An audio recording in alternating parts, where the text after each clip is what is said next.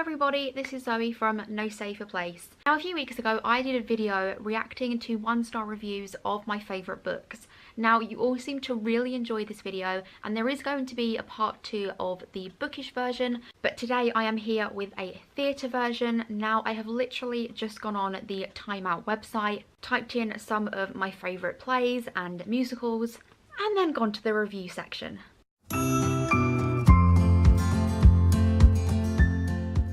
I haven't really read through any of these. I just saw that there were a few 1-star ones and 2-star ones. I did notice that Come From Away had all 5 stars. There was literally nothing less than 5 stars, so I'm not going to be talking about that one. Let's start with Heathers, shall we? Is it really a video by me if it doesn't talk about Heathers or Jamie Moscato? Not really. This review says, recent events and mindsets must have acted strongly on the story as it feels diluted and very often reined in, too politically incorrect. Is this for real? Like, most of the reviews I've seen are about that it's too dark and that it's not reined in enough and they make light of really important issues. Yet this one's like, nope, too reined in, like I need more. This same reviewer has said this. Yet at other times, incredibly brash and upfront with things no one really wants to see. Teenagers getting it on at a frat-like party, or cold-blooded murder that is completely uncalled for. Does this person know what Heathers is about? Like, sex and murder are like two massive themes in this play. Like, did you go in not knowing a single thing about this play? Like, you're moaning that people got murdered. Did you know what you were watching? The cast is dominated by a few key actresses and actors, and unfortunately all the others quickly disappear after the first song to become background features. Like, of course there are going to be key characters. That is what a story has. It has main characters, it has secondary characters, and it has background characters. Like, that is kind of the basic premise of a show, or a plot, or any kind of story in general. I don't know if that's just me being harsh, but yes, there are going to be key actresses and actors because there are main roles in shows. It also says, the songs aren't memorable. I couldn't hum or think of a single one of them 2 days after the show. Now, I feel like that is going to be different for everyone. If this music is your kind of thing, which it is for me, I listened to like every song once and could name all of them, sing certain lyrics from all of them. So I feel like that's each to their own. If you don't enjoy the music, you don't enjoy the music. Okay, this comment here. I found that the songs unfortunately don't showcase the vocal range of the actresses and the actors. What the actual... I'm sorry, but Veronica Sawyer is one of the most demanding vocal roles in theatre, literally ever. How does Veronica not showcase her vocal range? The same with frigging JD. He hits a lot of flipping notes. Come on. That is one of the most stupidest comments I have ever heard. Everything about that show is literally the biggest vocal showcase of any theatre show I've ever seen, so no. I am not accepting that. I'm going to move on to the next review because that person's is so long and I'm getting bored. Okay, this is a 2-star one. If you want a bright, shining teen musical, this is your show, and if that is your expectation, this is great. If, on the other hand, you were looking for something approaching the dark, biting wit of the movie classic, you'll walk away feeling a bit cheated. I, again, completely disagree with that. I feel like this is actually darker than the movie. Yes, it has a lot of funny moments in it, but they're much darker humour than shiny teen musical humour. I don't feel like this is a shiny teen musical at all. It is dark as hell. It has a lot of flaws. I feel like that is a ridiculous comment. If I wanted a shiny teen musical, I would watch High School Musical. And if you're comparing High School Musical to Heathers, there's probably something wrong with you.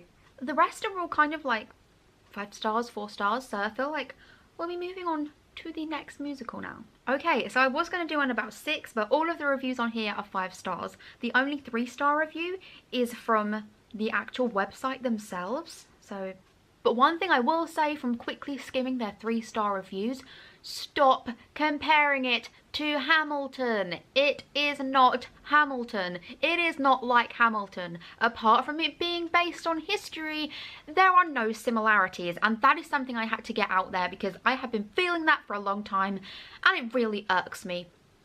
Rant over. So quickly moving on from 6. Sweeney Todd. Let's get talking about Sweeney Todd. The Michael Ball and Imelda Staunton version. This was a long time ago, like 7, 8 years ago. But I did go and see it, so I have my thoughts on it.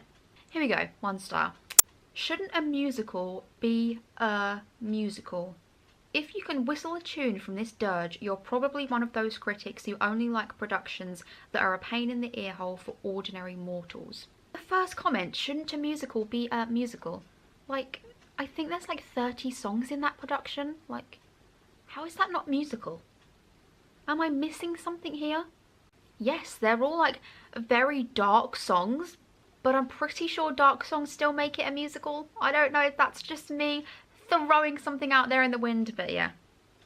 Pretty sure it's still a musical. Here we go, this one's 3-star, but it has some like really negative comments, so I don't know why it's 3-star.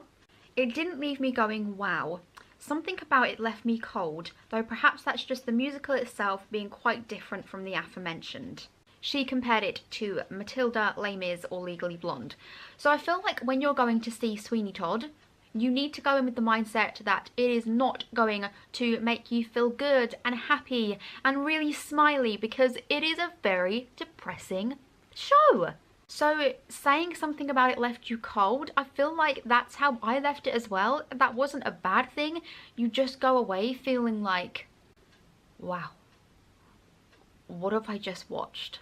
If you don't know the story of Sweeney Todd, it is very, very dark, and it's not just like dark funny humour like Heather's. There's not many funny moments, and if they are, it's at the expense of people being chopped up and eaten. So yeah, I feel like you have to have a certain mindset to be going into Sweeney Todd, and I feel like if you're going into the mindset that it's going to be like Legally Blonde or Matilda, that's probably the wrong show for you. Moving on to the last one. Now this isn't necessarily an adaptation that I loved. I loved certain aspects of it, and the parts that I loved, I adored. But I thought this one would be interesting to discuss on here because of how controversial I found it. So I went to see Othello last year, with Andre Holland and Mark Rylance playing Othello and Iago. Now Othello is my favourite play ever, definitely my favourite Shakespeare play. And after seeing a televised performance of the Hugh Quashie version, which I absolutely loved, I wish I could have seen it live, I was super, super excited to see my first ever live version in person of Othello. I loved Andre Holland, so I went in with really high expectations, and after coming out, I kind of felt deflated. So deflated that I wrote up a whole review but couldn't bring myself to record or do anything with it because I don't know, I just felt so disappointed. And not with Andre Holland, I actually really liked him. But Mark Rylance, the guy who played Iago, he's such a great actor, but what he brought to the role, he changed it too much. Iago isn't supposed to be funny, he isn't supposed to be silly, he's supposed to be cool and calculated and suave and charming, and he just didn't have this at all. So I wanted to look at the reviews and see if people felt the same way as me. So let's get looking. The general consensus is 2 stars out of 5 for reviewers, so I feel like this is going to be a ride. This was the worst production of Othello ever delivered on the professional stage. Mark Rylance has butchered one of the greatest roles in all Shakespeare, producing a character reminded the viewer more of Super Mario than the villainous, brooding character of Iago. I completely agree with that. That is exactly how I felt. And the Super Mario reference, yes, I thought the same thing. I said the same thing to my godmom, like, what is he doing? He seems more like a Mario brother. He plays it all for laughs, but even delivers the part of the clown badly, harming it up, winking at the audience.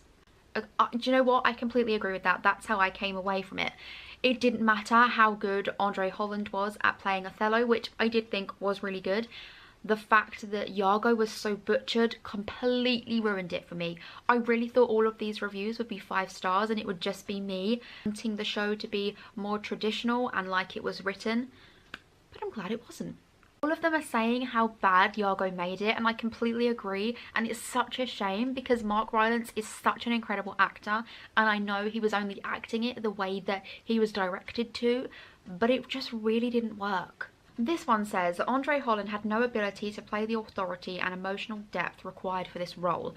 I completely disagree with that. I think he had the complete right emotion. I do think he could have been a little bit more authoritative, like the Hugh Quashie version. I do agree with that. But the emotion, I feel like he had that in bucket loads. He moved me to tears several times in his performance, so do not diss Andre Holland. Amelia was dreadful. I have not seen anyone else say that, and I agreed. I didn't like her at all. She was stunning, she had beautiful outfits, but that wasn't the Amelia I envisioned. I feel like because Othello has such a special place in my heart, and I love the traditional original story so much, anything that was even slightly changed, any character's personality traits that were slightly changed, I hated it. I felt like I just wanted it to be as I knew it, in my own little bubble, and too much was changed about the characters. I mean, I'm not sure why I included the part about Othello. I just really wanted to voice some opinions on it because it was very, very controversial when I saw it last year. And this video just gave me the space to talk about it that I needed. I feel like if you want to see a full review, I will do it because I do still have all the notes on it that I look through regularly and think, what the did I just see? But it was such a shame because I loved Desdemona and I loved Othello, and now I feel like half of this video is just me whittling on about Othello and how I wish that they had changed some of the cast. Let me know if you saw any of these shows and what your reviews were. Although I am quite savage with some of the stuff that I say, if the critique is done well, I do understand some parts of it. I'm not as mean as I come across sometimes. But yeah, if you've seen any of these, let me know your reviews in the comments below. Let's get talking about them. I love having chats and seeing if my opinions can be swayed or if I can sway yours. If you liked this video, don't forget to like, leave me a comment, maybe even subscribe and turn the notification bell on. I upload new videos every Tuesday and every Saturday. I hope you all have enjoyed this video. Let me know what you would like to see more of on my channel, and I hope to see you all again soon. Thank you. Bye.